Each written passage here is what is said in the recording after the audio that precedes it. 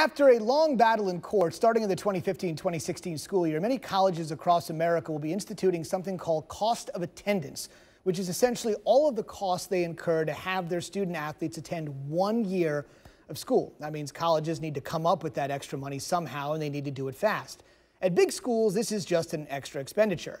At smaller schools, though, coming up with the cash might be the biggest obstacle they face in terms of surviving sports-wise. Now, in a landmark action for major college sports, schools and athlete representatives from the NCAA's 5 wealthiest conferences, the Power 5 as they are known, back in January, voted to what essentially amounts for money due for an athletic scholarship compensation for each student, expected to range from $2,000 to $4,000. And then when you add up the number of student athletes involved, especially in these revenue-generating sports, you could understand how expensive this could become. Now, our next guest is doing his part to help his school do their best to adjust to this massive change.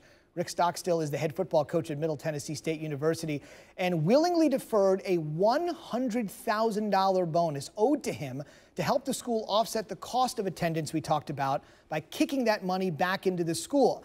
That's quite the gesture. He joins us tonight here on SportsCenter. Coach, I got to ask you, this is a pretty magnanimous thing you've done. What led you to do this? Well, Zubin, during December, during the recruiting part of the calendar after our season was over, I was getting asked a lot of questions by the recruits if we're going to be able to do cost of attendance. Our players, our current players, ask us during the course of the year, were asking me if we were going to be able to provide that for them. So as you're driving up and down that road in December, I had an idea that I'd take it to Chris Massar, our athletic director, and Dr. Sidney McPhee, our president, and see if there's a way that we could, restructure my contract to make sure our players and our recruits were going to have the same opportunities that everybody else had, because in my opinion, they deserved it. We've been to bowls, or been bowl eligible 6 out of the last 9 years.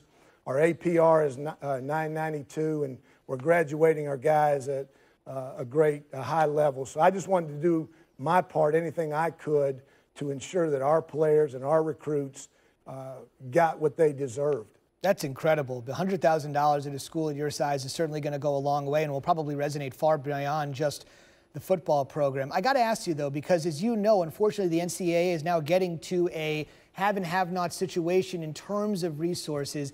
In that sense, how much do you think smaller schools like yours are going to have trouble coming up with this money each and every year? Because, Coach, as you know, or anybody that has kids knows, the cost of attending college rises seemingly every year.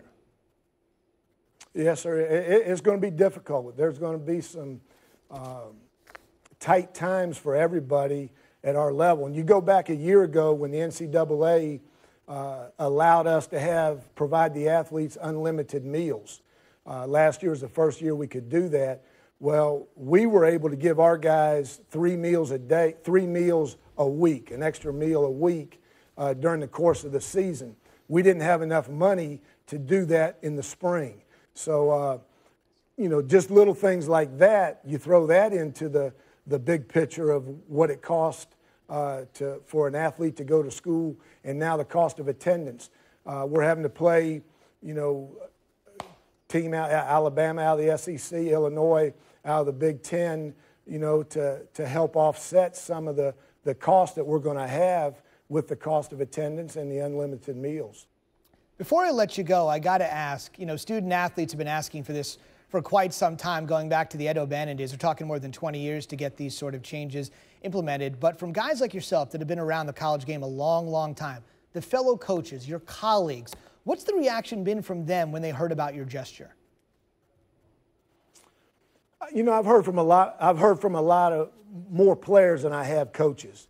A lot of former players, current players have called, even ones that, I coached when I was at South Carolina and Clemson and other places. So I've heard from a lot of former players, probably more so than coaches. But I hope everybody will look at, this isn't about me. I didn't do it to get this attention. That's not me.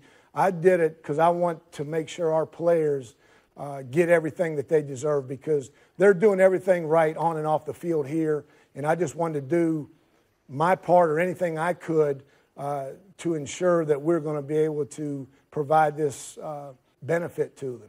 Yeah, you indeed are putting all of the credit towards your players, but I think you should stop and notice that some of the credit does deserve to go right back onto you for what you've done, because I think you're going to allow a lot more student athletes to stay at MTSU, and you're taking a big headache off the school. So congratulations on a great gesture, and best of luck this season to you and your squad.